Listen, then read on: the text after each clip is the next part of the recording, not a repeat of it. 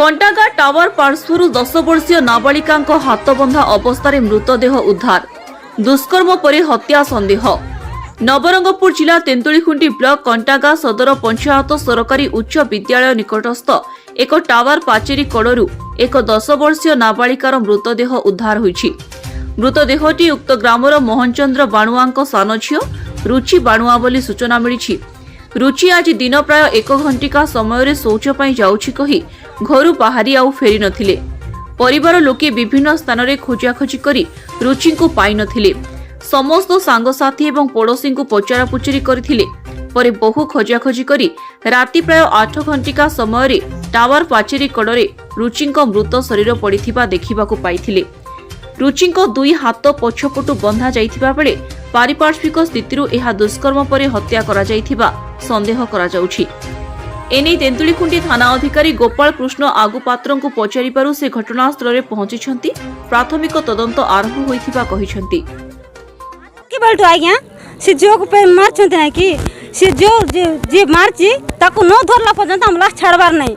जिनते किसी अपराधी को धरले सी ना अपराधी को धरले सी ना हमें ताको धरले देखले से के किस पाई से मारला ताको पचार सारला पर हम ताको जा करबा कथा करबो। अच्छा ताको वर्तमान कोन चाहत माने कोन दंड दिया जाय बोली चाहत ताको पासे दंड दिया जाय आज्ञा हम कुनी जोग से मारची ना ताको पासे दंड देले का भलो। झियर बयस केते खंड हो 10 वर्ष हो आज्ञा पंचम पड़ची। तो आमर ए कोंटा ग्राम पंचायत ये आखपाख आमर एरिया पाखरे गोटे गोटे हृदय विदारक गोटे दृश्य देखा मिली। गोटे दुख लगुच ये जो 10-11 वर्षर गोटे नाबालिक से झील को नहीं कि जो मैंने गोटे सन्देह करा रेप एंड मर्डर करा एटा गोटे बड़ा दुखर विषय। ये जिनटा कौन से दिन घटी ना यहाँ प्रथम करी आम अंचल घटी। तेणु आम ग्रामवासी आखपाख अंचल समस्त जनसाधारण चाहूँ ये दोषी को नहीं तुरंत नहीं गिरफ करा जाऊ। आउ पुलिस विभाग नहीं कि से जो गोटे मंथर गति तदंत करूँ मंथर गति न करी यथाशीघ्र नहीं दोषी को धरतु। आउ जदि दोषी न धरिया पर्यंत ना कि आम ग्रामवासी मैंने ये सब को उठाई देवु ना रास्ता रोक करूँ। आम समस्त को कष्ट होची राति सारा खाई ना माँ भौणी गाँ सारार जी राति किसी ना 3000 लोक थे। यहाँ किए कला से स्कूल साइड रे आनिक दुष्कर्म कला ताको मर्डर कला यहाँ असंभव कथा।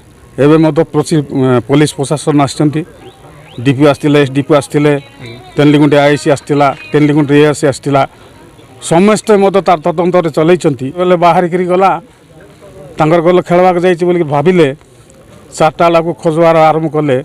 जेतकी बंधुबांधव अच्छी जेतकी पोखरी अच्छी जेतकी कुआ अच्छी जेतकी जंगल अच्छी सब खोजिले पाइले नहीं। खोजी खोजी हैरान हो गले।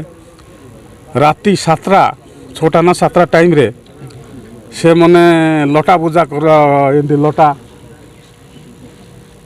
रोजवा जगह लोक जीवन जगह खोजी बुल्ला को राति 3 भाई तार बापा हूँ मोहनचंद्र बाणुआ तार आर गोटे भाई हूँ बंशीधर बाणुआ आर गोटे कि ना तार ना बनमाड़ी बाणुआ ये 3 जन 3 भाई गाँव लोक न आनिक लटारे पशिले स्कूल लटा ये पशिले पशिला देखिले जे सीटी लाश पड़ी दियर लाश पड़ी किए ताकू खाली रे मारी नहीं मारले अलग जगह मार देता दुष्कर्म कर जगार आउ मर्डर कर बेकरे गोटे टावल बांधिला बोली बेकरे बांधिकी हाँ बेकरे झुलैला पुणी एमती घोड़ेला सेमती मर्डर कर उचित दंड मिलू। आउ आजिकाली सरकार नियम कले जे दुष्कर्म करिवो ताकू फांसी दियो एक फांसी दिया जाऊ। नवरंगपुर जिला कंटागारू ब्यूरो हेड कृपानिधि राउतंक रिपोर्ट द कलिंग एक्सप्रेस।